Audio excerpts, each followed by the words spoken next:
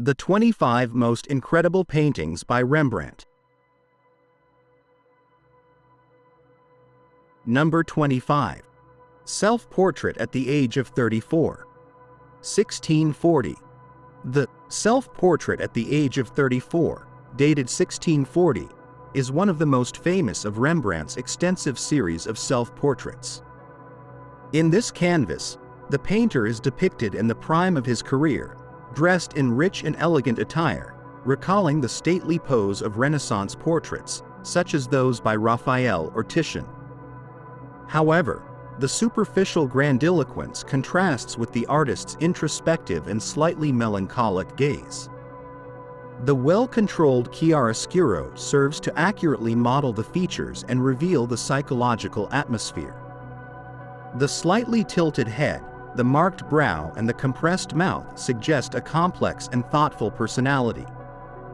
This self-portrait has been interpreted as Rembrandt's attempt to place himself in the tradition of the great masters of the past, while asserting his own style and uniqueness. In this work, the brushwork is more precise than in his later works, and the fabrics, jewelry, and ornaments are rendered in minute detail. However, the real focus remains on the facial expression.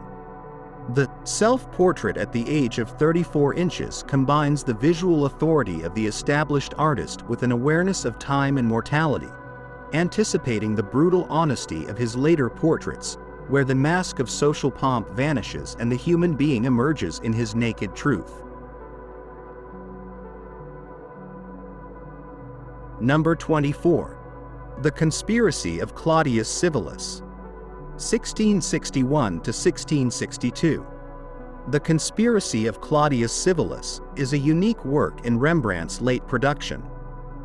Painted around 1661 to 1662, it was commissioned to decorate Amsterdam's town hall, but its reception was cold, leading the painter to withdraw it and cut the canvas.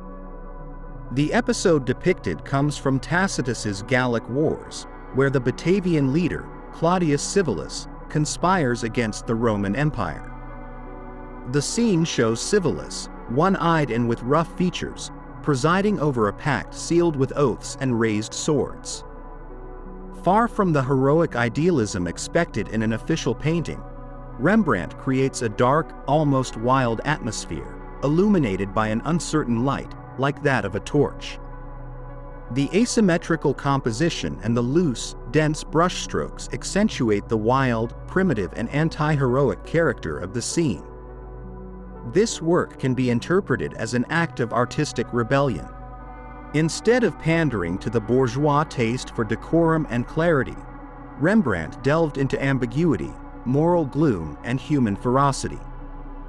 The rejection of his contemporary public confirmed that Rembrandt was going against the grain of the conventions of his time.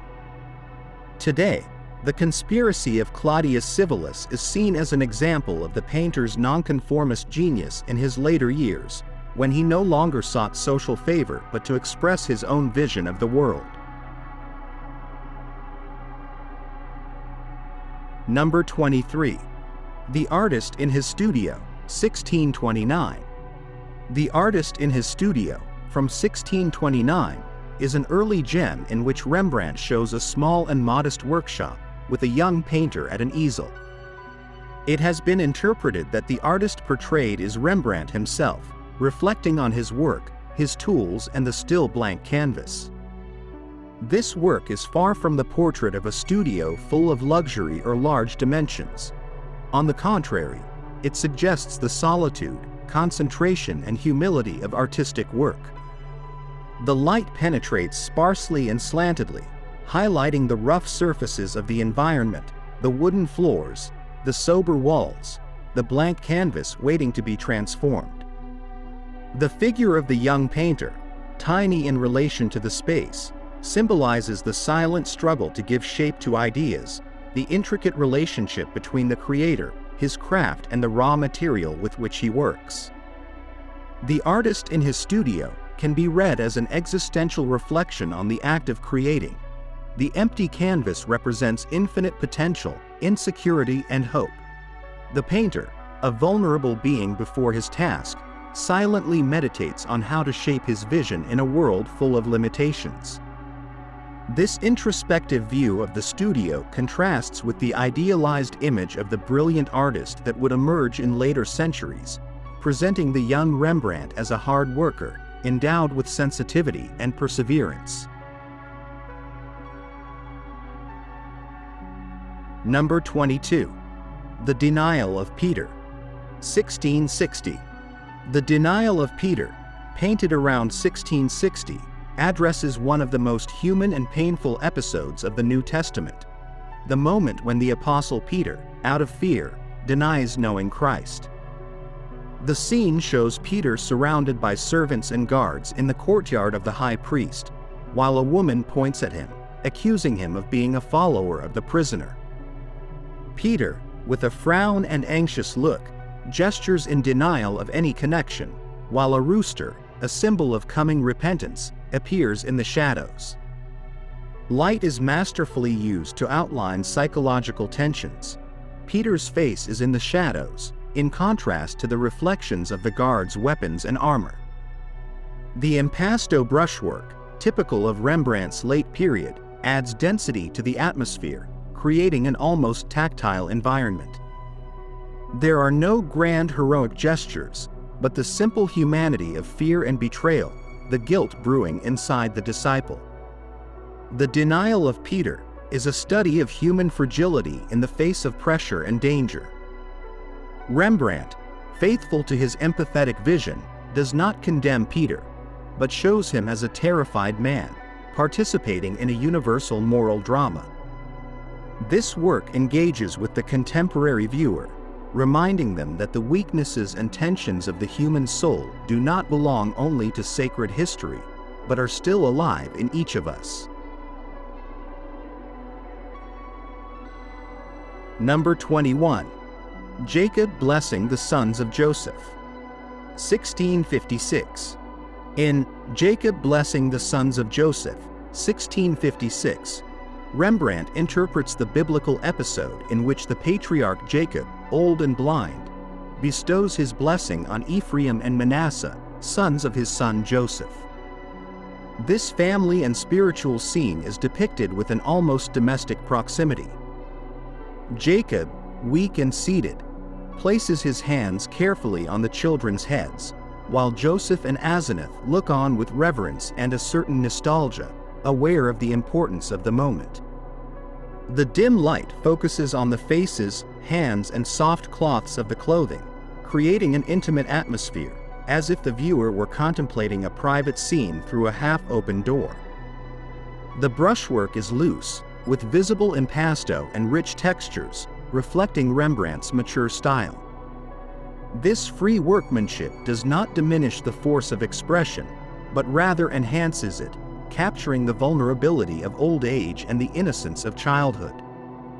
Rembrandt's choice of this subject suggests his preference for stories that combine the human and the sacred, avoiding spectacle and concentrating on the emotional core. Jacob blessing Joseph's sons conveys a discreet and profound spirituality, supported by family love, generational legacy, and the continuity of faith. It is a painting that contemplates the finitude of life, the handover between generations, and the comfort of knowing that blessing and hope are transmitted through the invisible ties of blood, faith, and human history. Number 20. Jeremiah lamenting the destruction of Jerusalem, 1630. Painted around 1630, Jeremiah lamenting the destruction of Jerusalem is considered one of Rembrandt's early masterpieces. Inspired by the Old Testament, the scene presents the prophet Jeremiah in grief, reflecting on the fall of the holy city at the hands of the Babylonians. Still a young man, Rembrandt employs his budding mastery of chiaroscuro to create a dramatic focus. The prophet's face, illuminated with dim light, stands out against the gloom that envelops the rest of the composition. Jeremiah appears pensive, sitting near the ruins, with his head resting on his hand. His expression conveys moral pain and helplessness in the face of devastation, evoking human fragility in the face of historical misfortune. At his feet, a collapsed temple suggests the irreversibility of tragedy. Unlike other, more theatrical Baroque painters, Rembrandt opts for an intimate and psychological interpretation, focusing on the character's mood. The tactile quality of the fabrics, the differentiation of textures, and the chromatic subtlety announce the artist's future maturity. The emotional realism that permeates Jeremiah not only narrates a biblical episode, but also alludes to human nature, its grief in the face of loss, and the perseverance of faith despite adversity. This painting establishes the basis of Rembrandt's interest in the spiritual and psychological dimension, which will characterize his entire career. Number 19. The Rape of Ganymede, 1635. The Rape of Ganymede, 1635, is one of Rembrandt's most curious works on mythological themes. The painting tells the Greek myth in which Zeus, metamorphosed into an eagle, kidnaps the young Ganymede to take him to Olympus. However, far from the idealized and sensual representation that other Renaissance and Baroque artists gave to this episode, Rembrandt offers a humorous and earthly version. In his canvas, Ganymede is not a beautiful, perfect ephebe, but a chubby, frightened child who cries and urinates in panic while being lifted up by the eagle. This demystified vision disconcerts those who expect a heroic image of the myth. The clear, direct light illuminates the child, bringing out every fold of his clothing and his tender features deformed by crying, while the background remains darker, isolating the action in an almost theatrical space. With this work, Rembrandt not only breaks with idealized conventions, but also demonstrates his interest in real humanity, with its weaknesses and fears, even in the context of a sacred or legendary tale. The Rape of Ganymede is a testament to the painter's wit and audacity, who dared to reinterpret classical sources with empathy and a deeply human sense of humor. Number 18. The Skinned Ox, 1655. The Skinned Ox, circa 1655, is considered one of the most intense and symbolic paintings of Rembrandt's mature period. The canvas presents the body of an ox hanging, already skinned, inside what appears to be a modest shed. The scene, crude and almost unpleasant at first sight, is a masterful study of color, texture, and light, where flesh, entrails, and wood acquire an exceptional pictorial weight. Although it can be interpreted simply as a still life or a technical exercise, the work has given rise to deeper readings. Some see in it a reflection on the fleeting nature of life and mortality, a memento mori that refers to the fragility of the human being. The light, which illuminates the carcass with implacable clarity, creates contrasts that highlight the volume and immediacy of the animal. The brushstrokes, loose and impasto, give an almost tactile quality to the pictorial surface. For contemporary sensibilities, The Skinned Ox is a masterpiece of artistic sincerity. Far from embellishing reality, Rembrandt exposes it without any cover-ups. This painting exerted a notable influence on modern artists such as Chaim Soutine, and remains a distinguished example of the expressive power achieved when the painter confronts the crudeness of existence without veils or distractions. Number 17. Self-Portrait with Cap and Two Chains, 1642. Self-Portrait with Cap and Two Chains, 1642, is one of the many portraits in which Rembrandt confronted himself on the canvas. Here he is shown wearing a dark cap and wearing two gold chains, an outfit that could allude to his relatively comfortable social situation in those years or to his ascendancy in the Amsterdam art market. The soft light illuminates his face from an angle that highlights the features and the texture of the skin, revealing a serious and thoughtful expression. The gaze is slightly directed towards the viewer, conveying a subtle sense of introspection, as if the artist, in the midst of a professional ascent, were evaluating his position in the world. This self-portrait combines a certain aura of external nobility, suggested by the chains, perhaps a symbol of prestige or distinction, with the psychological honesty that characterizes the genre in Rembrandt's work. The brushwork is finer than in his later period, and the composition is balanced, reflecting the moment when the painter was at the height of his fame, before the vicissitudes that would mark his maturity. Number 16. Portrait of Saskia van Eilenberg. 1633. In the Portrait of Saskia van Eilenberg, dated 1633, Rembrandt immortalizes his young wife, whom he had married the previous year. Saskia belonged to a wealthy family, which contributed to the artist's financial and social stability at that time. The work shows the young woman dressed in elegant attire, jewelry, and a delicate headdress, radiating the splendor of prosperity and newly found marital happiness. The light falls delicately on Saskia's face, highlighting her fair complexion and soft features. The folds of her clothes, the textures of the fabric, and the pearls are painted with meticulousness, showing Rembrandt's technical expertise in his years of consolidation. Beyond refinement, Saskia's gaze expresses closeness, sweetness, and a complicity that transcends the canvas. This portrait is a document of the painter's most luminous period, a time of relative abundance, affection, and harmony. Over the centuries, the work has become one of the most vivid testimonies of Rembrandt's personal life, a reflection of Saskia's presence and influence in his work and in his heart.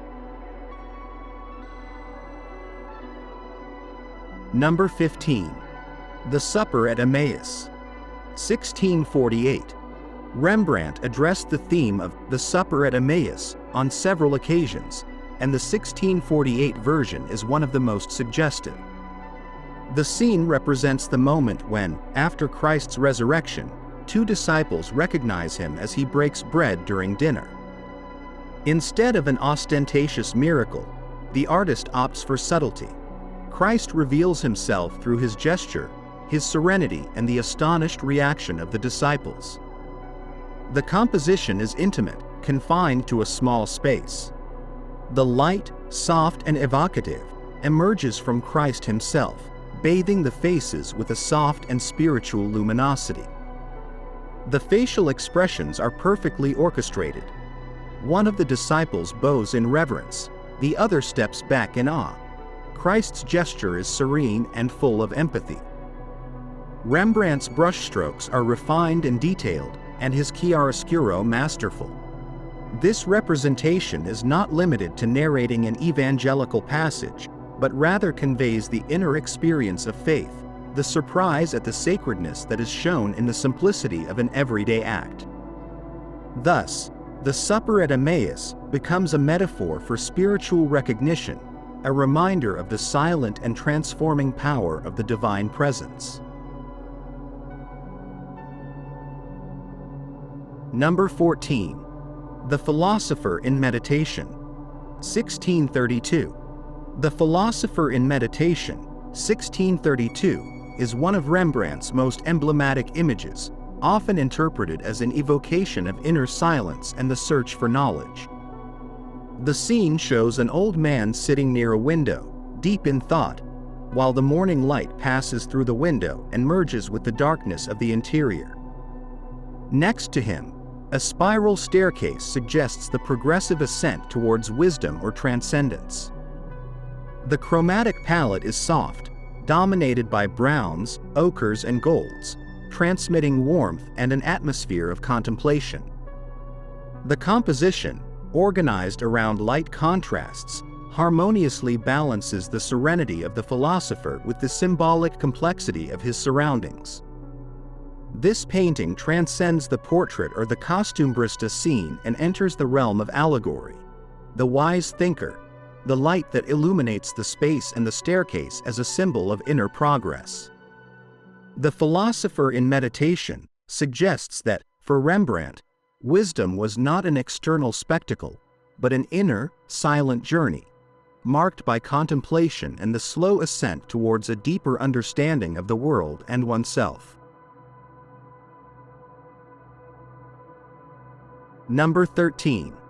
Portrait of Jan 6, 1654. The Portrait of Jan 6, 1654, is one of the most admired examples of Rembrandt's genius in the field of portraiture. Jan 6, poet, art collector, and ruler of Amsterdam, was a cultured and refined man, a personal friend of the painter. Rembrandt managed to capture his essence with a simplicity and elegance that starts with a loose, almost sketchy brushstroke, especially on the sleeves and the cape, contrasting with the meticulousness of the face. The figure is placed in a discreet interior, without excessive ornamentation. Jan 6 is represented in a casual moment, as if he had stopped in the middle of an everyday action. The detail of the glove being put on or taken off, the relaxed pose and the intelligent gaze convey intimacy and closeness, moving away from the usual rigidity of formal portraits of the period. This portrait embodies Rembrandt's mastery in fusing psychological realism with spontaneity, an achievement that few painters have equaled. With his loose technique and empathy towards the sitter, the artist reveals the personality and character of Jan 6, leaving an immortal testimony to the friendship, mutual respect, and humanism that reigned in the intellectual circles of Golden Age Amsterdam. Number 12. The Man with the Golden Helmet, 1630. The Man with the Golden Helmet, circa 1630, is a portrait historically attributed to Rembrandt, although it is now considered likely to have come from his circle or a close disciple. Even so, the work is an extraordinary example of the style and atmosphere that characterize the master's creative environment. The figure, an anonymous man in armor and an ornate helmet, emerges from the darkness thanks to an intense chiaroscuro. The golden light, which mainly illuminates the helmet and part of the face, creates a dramatic focus that contrasts with the shadows in the background. This representation does not seek heroic idealization, but rather a certain lyricism in the character's introspection. The man seems absorbed in his thoughts, perhaps reflecting the symbolic weight of the armor as a moral burden or responsibility. Although the authorship is not certain, The Man with the Golden Helmet continues to fascinate critics and spectators for its enigmatic atmosphere, the pictorial workmanship of indisputable quality, and the ability to transmit the human character behind the martial attire. The spiritual and artistic seal of the Rembrandt universe is captured in this canvas. Number 11. The Feast of Balthazar, 1635. The Feast of Balthazar, 1635, also known as Belshazzar's Feast, is one of Rembrandt's most notable historical and biblical compositions. The painting illustrates the passage from the Book of Daniel in which King Balthazar celebrates an ostentatious banquet with the sacred vessels of the Temple of Jerusalem, until a supernatural hand writes incomprehensible words on the wall that predict his downfall. Rembrandt turns this moment into a dramatic crescendo. Balthazar, adorned with luxurious clothing and jewels, is startled by the sight of the mysterious inscription. His guests, frozen in expressions of fear and bewilderment, drop their cups. The light, concentrated on the central figures and the writing on the wall, emphasizes the miraculous and prophetic character of the event, while the rest of the room remains in shadow. The atmosphere is charged with psychological tension.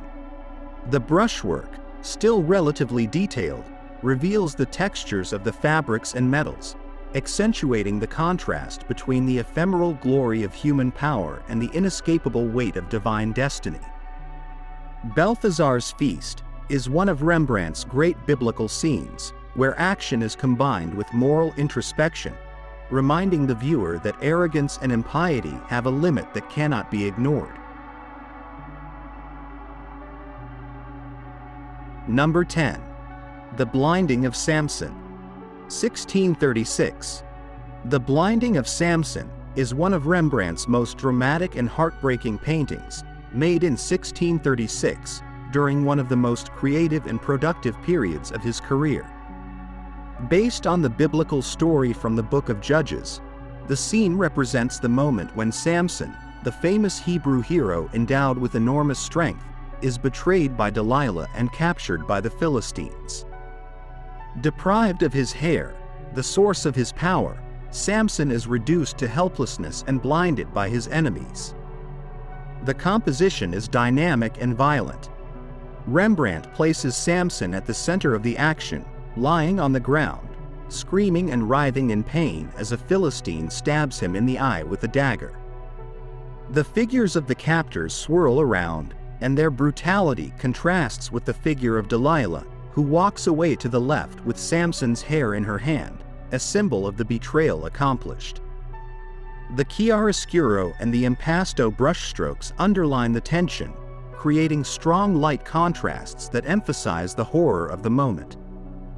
The light, which falls on Samson's tense muscles and on the steely blade of the weapon, enhances the pathos of the scene and the tragic dimension of the story. On a symbolic level, this painting goes beyond the biblical narrative. Rembrandt captures human vulnerability in the face of betrayal, the fragility of power when its foundation is lost, and the rawness of unleashed violence. The degree of realism, visible in the expressions of panic and pain, in the sweat that shines on the skin, and in the savage gestures of the aggressors, makes this scene one of the most striking in his work. The Blinding of Samson not only documents an ancient story, but connects with the contemporary viewer by exploring the extreme limit between strength and weakness, confidence and ruin. Number 9. Danae, 1636. Danae, painted around 1636, is one of Rembrandt's most sensual and monumental works. Inspired by Greek mythology, it tells the myth of Danae, the princess who was imprisoned by her father, King Acrisius, to prevent her from conceiving a child who, according to the oracle, would kill him. However, Zeus, transformed into a shower of gold, fertilized her, giving birth to Perseus. Rembrandt opts for an intimate moment before the divine eruption, presenting Danae half-naked, reclining on a wide bed with soft and shiny sheets. Unlike other painters who represented Danae as an erotically idealized figure, Rembrandt shows her with warm realism, humanizing the figure. Her skin, illuminated by a warm, golden light, reveals pink hues and a corporeal texture. Danae's gaze seems to be directed toward an invisible point, perhaps toward the divine presence that is sensed in the environment. The rich coloring, the exquisite handling of the fabrics, and the fusion of light and shadow make the space pulsate with an intimate and expectant atmosphere. The work was altered after Rembrandt's death and was later damaged by a vandal attack in the 20th century. However, restorations have allowed it to be admired in the Hermitage in St. Petersburg. Danae is a hymn to earthly beauty, to vulnerable and dignified femininity, and to the subtlety of myth understood not only as a fantastic tale, but as a profound human experience, full of mystery and promise. Number 8. The Storm on the Sea of Galilee, 1633. The Storm on the Sea of Galilee is Rembrandt's only known seascape, painted in 1633, and depicts the miracle narrated in the New Testament, when Christ calms the raging waters in the face of the panic of his disciples.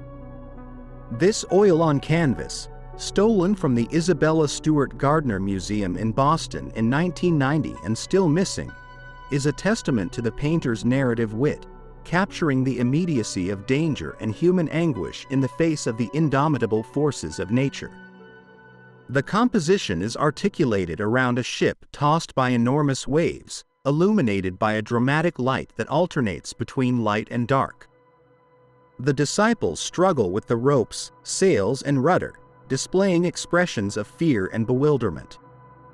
In contrast, Christ remains serene, seated in the stern, radiating a calm that seems to confront the fury of the elements.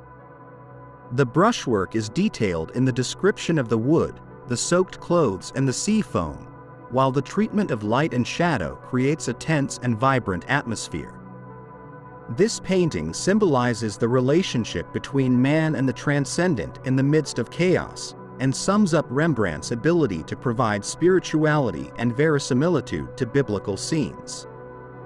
The Storm on the Sea of Galilee is not only an epic representation of a miracle, but an intimate approach to human vulnerability in the face of unknown forces and to faith as an anchor in the tempest of life. Number 7. The Syndics of the Drapers' Guild. 1662. The Syndics of the Drapers' Guild, 1662, also known as the Drapers' Meeting, is one of Rembrandt's most famous group portraits and one of the pinnacles of Dutch Golden Age painting. Commissioned by the Amsterdam Drapers' Guild, the work shows 5 syndics and a clerk staring intently at the viewer, as if they had just been interrupted in the middle of an important discussion or audit of accounts. The composition is balanced and restrained. Each character retains his or her individuality, evidenced by facial features, age, expression, and body position. At the same time, the ensemble reflects the group's cohesion, authority, and sense of civic responsibility. Clear lighting, the use of warm, earthy colors, and meticulous brushwork convey the realistic atmosphere of a corporate meeting. This corporate portrait encapsulates the work ethic, guild organization, and bourgeois prosperity of 17th-century Amsterdam. Rembrandt's genius lies in endowing an apparently prosaic scene with an intense psychological presence, making each syndic seem like a living, thinking individual and an essential part of the city's economic and social fabric. Number 6. Bathsheba with David's Letter. 1654. Bathsheba with David's Letter, 1654, is one of the painter's most iconic representations of a biblical theme that addresses desire, power, and destiny. The scene shows a freshly bathed Bathsheba, attended to by a maid, holding in her hand the letter in which King David orders her to appear before him. The woman's gaze, serene but full of thought, suggests awareness of the decision she must make. Yielding to the king's will mean betraying her husband Uriah, but rejecting him means risking her life. The figure of Bathsheba is realistically naked, far from idealized beauty. Her skin is warm, human, with folds and curves, and her expression mixes resignation, curiosity, intrigue, and sadness. The golden light highlights the texture of the flesh, the shine of the jewels, and the smoothness of the towel. Rembrandt goes beyond conventional eroticism, focusing on the moral drama and humanity of the character, using the biblical story to reflect on free will and the consequences of male power. The intimate and domestic atmosphere, the rich and vibrant brushstrokes, and the psychological depth make this painting a milestone in the representation of the female body in Baroque art. Bathsheba, far from being just a beauty to behold, is a human being facing a vital dilemma, and in that humanity lies the emotional strength of the work. Number 5. The Jewish Bride. 1665. The Jewish Bride, circa 1665, is the traditional name for a double portrait depicting a couple whose exact identity remains a matter of debate. Some believe that it could be Isaac and Rebekah, biblical figures, or a couple contemporary to Rembrandt who wanted to be represented with a symbolic aura. What stands out is the tenderness, complicity, and silent affection that can be perceived between the two characters. The man places his hand on the woman's chest in a protective gesture, while she responds with a shy gesture, somewhere between modesty and affection. The brushstrokes are loose and pasty, especially on the clothing, creating a luxurious texture and tonal richness that reflects the artist's technical maturity. The soft lighting caresses the faces and intertwined hands, underlining the emotional meaning of the scene. The Jewish Bride has been interpreted as a poem of conjugal love, a tribute to intimacy and human harmony. In contrast to the biblical or historical scenes of his youth, in this late period Rembrandt prefers the simplicity of a personal emotional bond, showing that the greatness of art also resides in the stillness of a shared moment between two beings who love each other. Number 4. Self-Portrait with Two Circles, 1665 to 1669. In Self-Portrait with Two Circles, 1665 to 1669, Rembrandt shows himself in one of his last self-portraits, already old, with his face furrowed by the wrinkles of experience and his gaze firm, serene and reflective. Behind him appear two semicircles or imperfect arches painted on the wall, whose meaning has been the subject of multiple interpretations. For some, they represent the perfection of the art that the painter tries to emulate. For others, they are an enigma, a technical or symbolic wink. The brushstrokes are dense and gestural, with thick impastos that almost sculpt the pictorial material. The light illuminates the face and the hands with which he holds the brushes and palette, emphasizing the physical presence of the artist in his studio. His clothing is simple, without ostentation, reflecting the austerity of his last years, marked by economic difficulties and the loss of loved ones. This self-portrait is a spiritual testament, a statement about the identity of the artist and his craft. A man who, after decades of creation, presents himself before the canvas with all his honesty, without idealization, assuming old age and mortality. The two circles could be the symbol of his genius and his ambition, or the unfathomable mystery of the art that has consumed his life. Whatever the interpretation, this work is a milestone in the history of psychological portraiture, an intimate dialogue between the painter, the painting, and the observer. Number 3. The Return of the Prodigal Son, 1669. The Return of the Prodigal Son, 1669, is possibly Rembrandt's last great work, painted shortly before his death. Inspired by the Gospel parable, the scene shows the culminating moment. The son who, after squandering his inheritance and falling into poverty, repentantly returns to his father's home. The father, with a serene face and protective hands, receives him with mercy and understanding. To one side, the older brother observes with a mixture of skepticism, jealousy, and bewilderment. The light focuses on the act of embracing, creating a warm, golden spotlight that illuminates the hands resting on the young man's back and his head bowed in a gesture of humiliation. The brushstroke is pasty, free, eliminating superfluous details to concentrate on the emotional essence of the moment. The atmosphere is silent, contained, almost sacred. This work is a philosophical and spiritual statement, a masterful study of human compassion, forgiveness, and redemption. There is no grandiloquence or spectacle. Greatness lies in empathy with the suffering and reconciliation between father and son. With The Return of the Prodigal Son, Rembrandt leaves behind a universal message of tenderness and humanity, a hymn to the dignity of the human being that transcends time and cultural boundaries. Number 2. The Anatomy Lesson of Dr. Nicolais Tulp, 1632. The Anatomy Lesson of Dr. Nicolais Tulp, 1632, was the work that catapulted Rembrandt to fame in Amsterdam.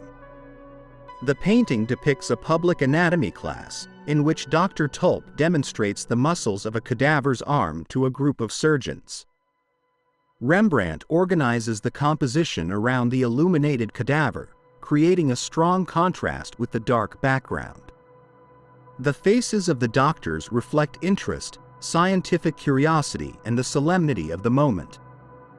The meticulous anatomical representation of the deceased's arm and hand, the mastery of chiaroscuro, and the careful arrangement of the figures give the scene an aura of professionalism and prestige. At the same time, the painting transcends the documentary function. The individual expressions of the surgeons and the irrefutable presence of death provoke a reflection on human fragility, the role of science, and the search for knowledge as an antidote to ignorance and fear. This work marked a turning point in the young Rembrandt's career, consolidating his reputation and opening the doors to prestigious commissions. The anatomy lesson of Dr. Nicolaes Tulp remains an emblematic image of the exchange between art, science, and humanity, a testament to how the artist knew how to combine realism and deep meaning in a single canvas. Number 1. The Night Watch, 1642. The Night Watch, 1642, whose original title is The Company of Captain Frans Banning Kock, is Rembrandt's most celebrated work and one of the iconic paintings of Western art.